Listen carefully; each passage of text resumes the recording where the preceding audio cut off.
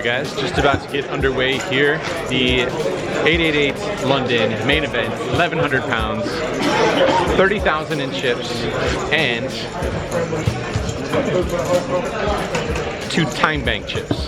Each of these good for an extra minute of genius thinking, thoughts about how to plan out your next brilliant move in poker. It'll be interesting to see how quickly I use these. I suspect I won't be using them very early, if at all. We'll see. We'll see if I can go the whole tournament without using them. Also, I like how the chips, they say points on them. It's kind of like a video game style. All right, here we go.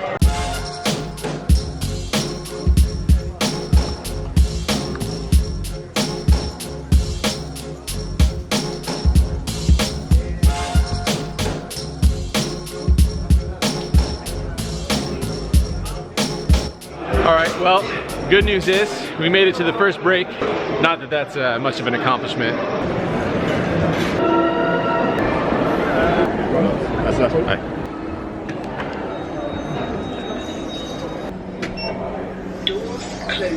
Bad news is we ran into a pretty tough hand. They're in the second level, I think. Blinds are 100, 200 with a 25 ante. There's an early position raise to 600. I looked down at 5-7 of hearts in the cutoff. I think you could probably go any which way with this hand. I decided to play it because we're pretty deep. We start with like 300 big blinds. I guess we probably have 150 big blinds in level 2. So we have plenty behind to play for, and there's antes in there. And this player in particular has already been playing lots of hands, been getting pretty involved from the start here already. So I decided to make the call, and the other players fold. So heads up to a flop of ace-4 deuce with 2 hearts. He checks it over to me, and pretty good flop here. Flush draw plus gutter ball, and we have 7 high, so obviously no showdown value here. So I can probably put some pressure on, say, a middling pair that is not happy with that flop, seeing an ace. So I go ahead and bet. I bet 700 points. And he makes the call. Turn looks like a good one for us. Turn is a jack of hearts, so we make a flush on the turn. Checks it over to us again, and I bet 1,500. This time he check raises to 3,200. I go ahead and make the call. I think pretty straightforward. If I had maybe a bigger flush, such as the nuts or the second nuts, I might consider a raise, but 7 high flush, black call seems appropriate. River's a brick, changes nothing. This time he bets 5,500. Very straightforward again, I think. I go ahead and make the call, and he shows us ace queen of hearts. So that's a little bit unfortunate. I guess cooler situation. Could have folded pre-flop. After that, nothing too different that I could have done. So that's a rough one.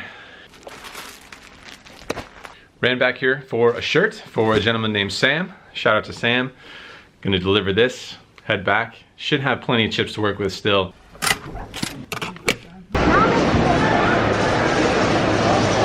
Pretty unfortunate hand there. It's hard to win tournaments when you make a lower flush versus a higher flush. They don't make it very easy, but it's not supposed to be easy. So let's go, getting back in there, see what we can do.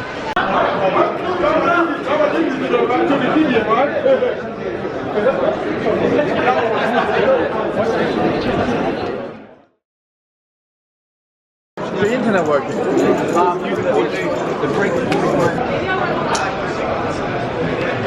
Guys, we did it. We did it. We made it to dinner break. I think the plan is to go get some Nando's. If you've never had Nando's, well, you're coming with me to go find it. Word on the street, it's nearby. All right, guys, coming at you from the fabulous Nando's restaurant. There's not too many of these Nando's establishments in the United States of America, so a little bit of a sort of fast food treat, I guess. I know that's what you guys tuned in for, reviews of fast food restaurants in other countries. But anyway, we're on dinner break, as mentioned, and I think I have somewhere in the neighborhood of 27,000 in chips. A couple quick hands to run through. From these past couple levels. First one happened at 150, 300 with a 50 ante.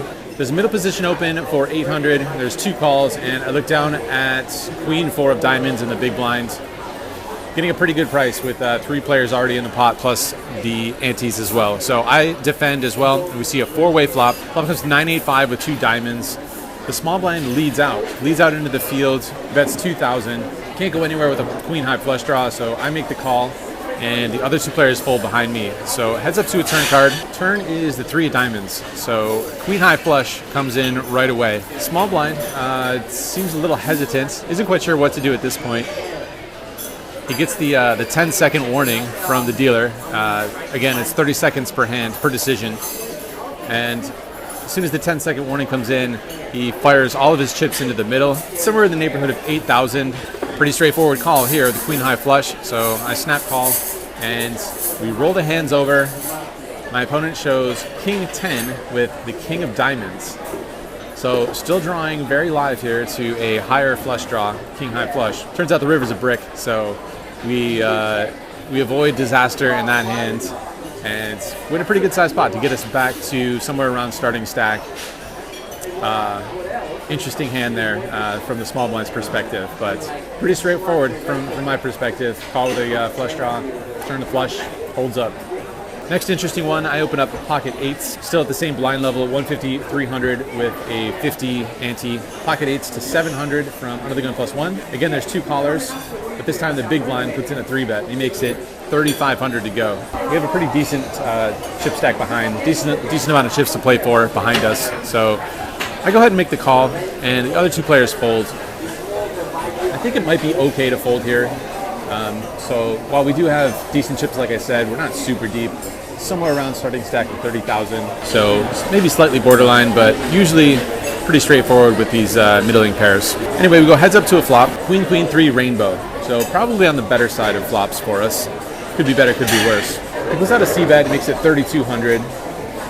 Once again, pretty straightforward. Can't go anywhere for a single bet just yet, so I make the call.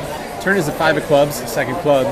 This time he checks it over to me, and I think there's probably some value in betting to try and fold out some hands with equity. Any hand that has overcards has decent equity still at this point, so certainly a case to be made for betting, but I just decided to check it back. River is not my favorite card by any means. 3rd club, and it's the king of clubs. This time he bets 3,300. The price is for sure attractive. Very iffy spot though. I don't expect to win hardly ever, but we're getting somewhere in the neighborhood of 6-1 on a call. Obviously ace king gets there. There's some other hands that he might be squeezing with pre-flop. Lots of aces that he could be squeezing with pre-flop.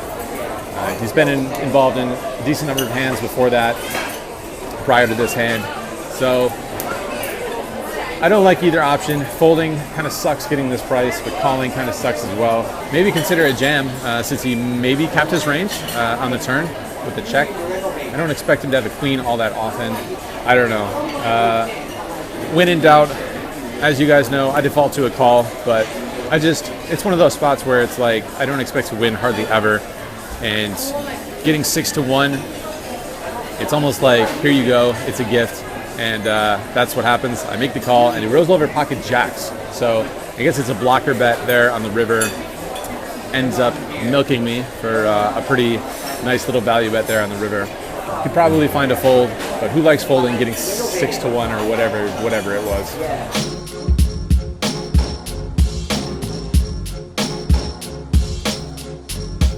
So we win a medium-sized pot. We lose a medium-sized pot. And now I'm somewhere in the neighborhood of 27,000 in chips. Chilling at Nando's now, and chilling on dinner break. Dinner break's only 45 minutes, so a little bit shorter than the standard 60-minute dinner break. But the shot clock has been pretty fun because the action has been moving pretty quickly. There's been a couple people that have used their time bank chips so far. I haven't used a single one, and not even close to using a single one yet. Pretty fun tournament. The table is very talkative, pretty active. And just looking to pick some spots here and there. No major pots, major swings either way, but see what happens after dinner break.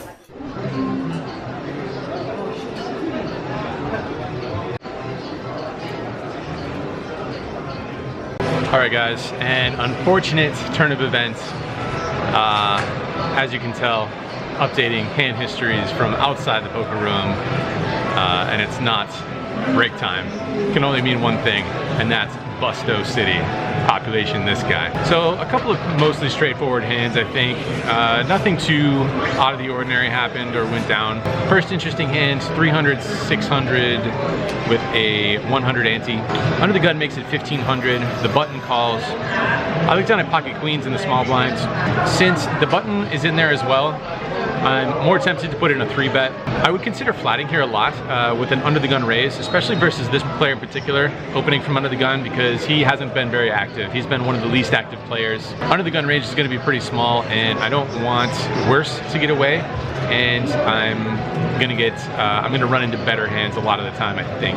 Of course, we're gonna be running into ace king a lot, be flipping some decent percentage of the time. And with the buttons money in there, I don't want him to see a cheap flop. Need to put enough pressure on him to fold some amount of the time, and also want to make a worse price for the big blinds to come along. Don't want him to have a good price to come along as well. So pretty standard 3-bet, I think. I make it 4,600. Big blind folds, and the under the gun player jams. It's somewhere around 13,000, 13 or 14,000 maybe. Button folds, and it's a pretty straightforward call at this point. So I toss in the call. Sure enough, we're up against pocket kings, and we cannot improve on that run out. So, being with these stack sizes, I don't think there's too much that could have changed. The flop was 10-10-5, I think, so we weren't going to go anywhere. We weren't going to get away from it on the flop either. So I'm pretty short after that hand. I think I have maybe 10 or 11 big blinds. Shortly after that, there's a middle position raised to 1,500. I look down an ace queen. I think I'm in the cutoff. Go ahead and jam all in there. Folds back around to the initial raiser. He makes the call with king jack, and we're in okay shape. We have ace queen versus king jack. Fortunately, flop brings a jack. Turn does not help us, but the river does help us. River is an ace, so a little bit of a drama there, saved by the river on the last card. Double up to about 25 big blinds. So one more interesting hand here. Folds to me in middle position. I have 7-5 of hearts.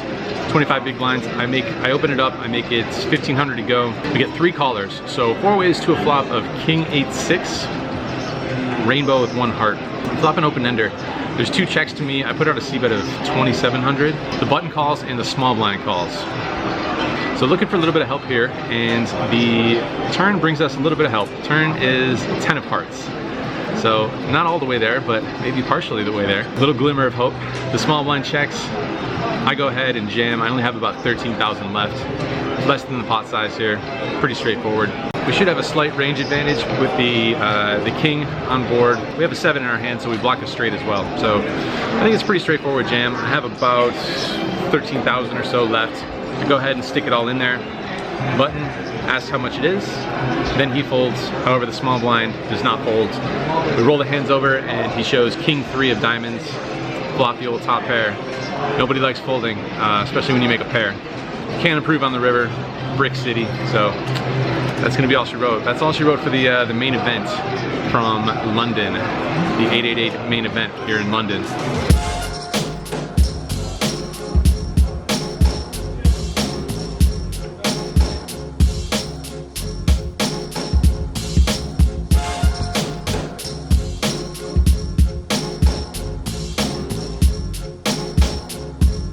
So that's gonna be a wrap for me from this 888 event, unless I decide to go play some more cash games, which is a possibility.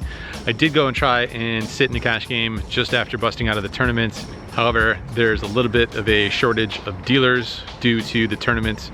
All the dealers are in use for that event. So the wait list is not moving that fast, but I don't know, we'll see. We'll see how I feel.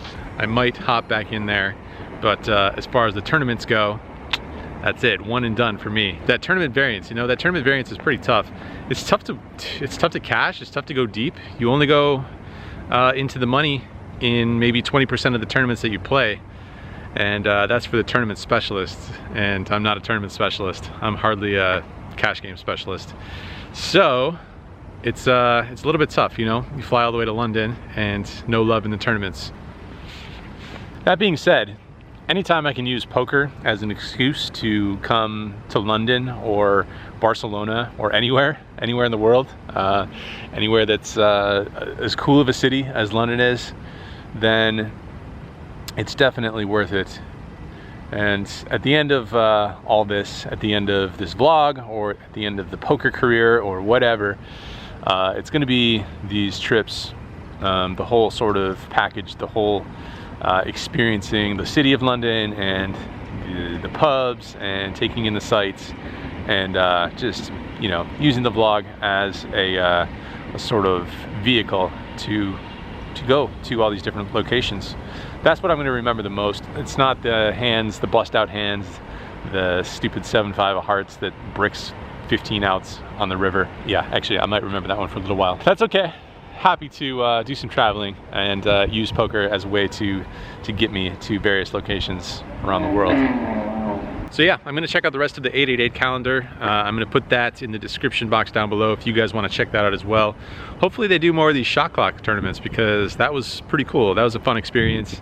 It's really cool when the action is just always constantly moving. No ridiculous, unnecessary tanking and staring people down and all that nonsense. Hopefully some other poker events and poker tours follow the lead of utilizing that one. The dealers did a great job as well. They were just on it. So yeah, moving on from the tournaments. Unfortunately, the tournament is a bust, but there's always that next game. There's always those next two cards. In the meantime, there's an Olympic Park here, and I'm sure you guys are thinking what I'm thinking.